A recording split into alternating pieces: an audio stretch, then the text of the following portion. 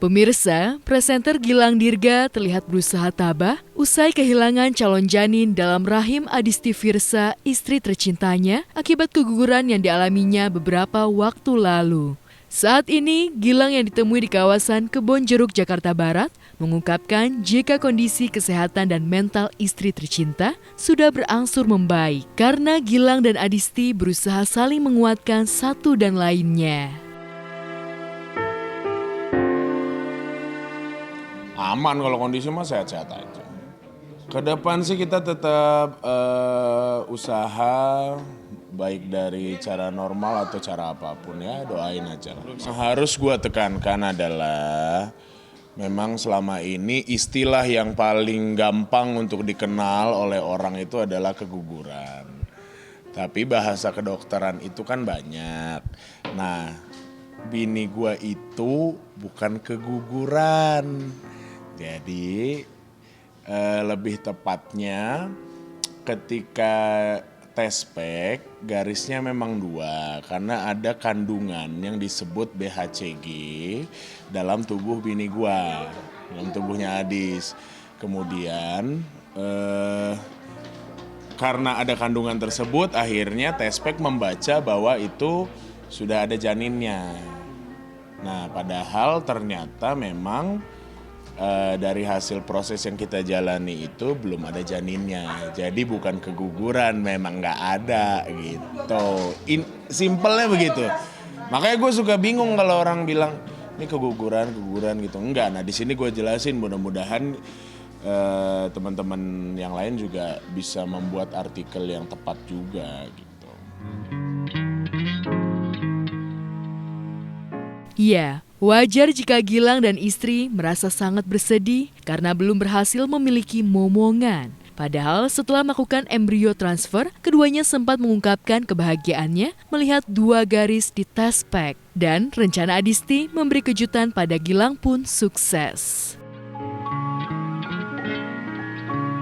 Aduh, serius? Iya. Ah? Tadi aku nanya dokter, katanya bisa. Coba. 2 kali Aku kali. nanya ke banyak dokter sih lebih tepatnya. Coba nanti lagi ya. Udah, ini yang kemarin. Tadi aku udah tes pack lagi. Sama hasilnya.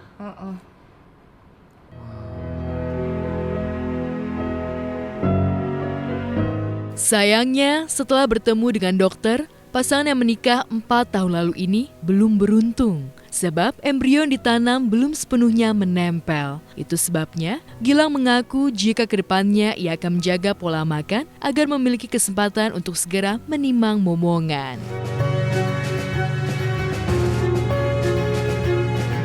Belum sih, kayaknya belum dalam waktu dekat ini. Tapi ya mudah-mudahan sih apapun nanti yang kita lakukan hasilnya. Ya kita sih sebenarnya usaha dulu aja gitu. Kasih nggak dikasihnya tuh nanti urusan Allah lah. Lebih ke jaga makanan pasti ada lah untuk hidup sehat gitu aja paling. Kita sih udah, ya alhamdulillah sih udah bisa saling nenangin satu sama lain sih. Jadi ya walaupun kadang sesekali suka kesel juga dengan orang-orang yang nggak tahu, belum klarifikasi tapi sudah sok tahu gitu-gitu. Cuman kan ya sekarang ini kan namanya orang-orang itu kan berlomba-lomba untuk lebih dulu menyampaikan berita kan.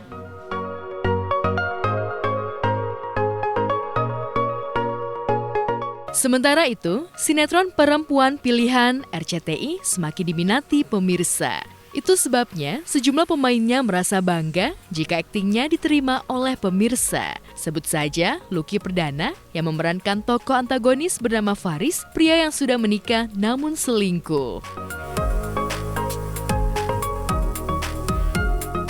Bukan pure antagonis seperti seperti biasanya gitu. Jadi saya memainkan banyak peran di sini ketika ketemu Mas Arya, Maya, Naysila, terus Eriska, Winda, Mama Sundari, bahkan 2 anak saya dari Maya sama Winda itu beda semua, karakternya beda semua gitu. Cuman karakter aslinya waktu ketemu Mama Sundari, itu karakter Faris yang sebenarnya. Rasa bangga juga terlihat dari Naysila Mirdad. Sebagai tokoh Maya, istri Faris, Naysila mengaku tak menemukan kesulitan memerankan tokoh protagonis. Ia bahkan mengaku senang menjadi bagian dari sinetron Perempuan Pilihan. Pastinya setiap sinetron yang aku jalanin beda dari sinetron sebelumnya. Itu pastinya seperti itu. Karena dengan aku masuk judul baru, buka karakter yang baru, peran yang baru, background yang baru, cerita yang baru gitu. Tantangannya gimana caranya aku memainkan karakter protagonis yang berbeda-beda untuk setiap sinetron yang lagi aku mainin. Harus nonton Perempuan Pilihan karena sinetronnya bagus banget, dramanya juga bagus, dramanya kenceng. Bikin penonton jadi deg-degan pastinya, terus bikin penasaran terus karena setiap hari selalu ada hal yang baru. Terus kita juga selalu coba untuk memberikan moral yang baik untuk teman-teman yang menonton gitu.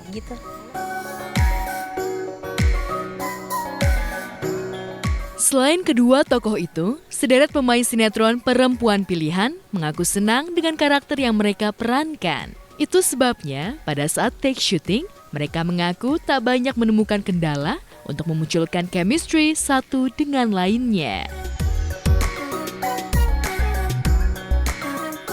Kan kalau namanya stripping kadang-kadang kita nggak tahu ya, itu akan bergulir kemana gitu. Kalau awal-awal 1 sampai 12 tuh saya malah cenderung ke antagonis gitu kan, antagonis. Tapi antagonis juga memanfaatkan orang jahat, jadi jahatnya sama orang jahat di sini ada. Dan saya juga membantu untuk kejahatan dia tuh saya tangan kanannya gitu.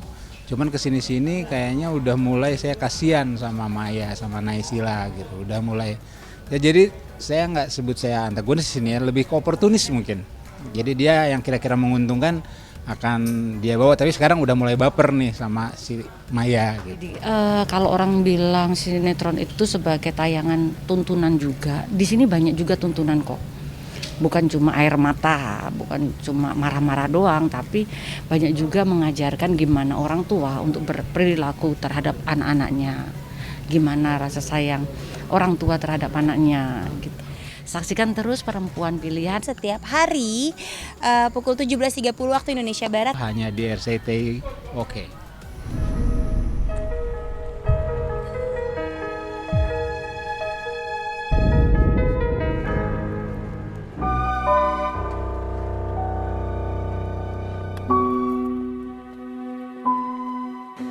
Mas, pas banget kalian datang. Saya juga mau masuk sekarang. Gimana nih? Aku belum dapetin cara untuk gagalin acara makan malam ini.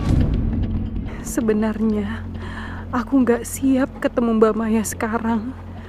Tapi kalau aku menghindari acara makan malam ini, aku benar-benar takut Mas Arya tersinggung dan marah. Dan Mas Faris pasti juga nggak nyaman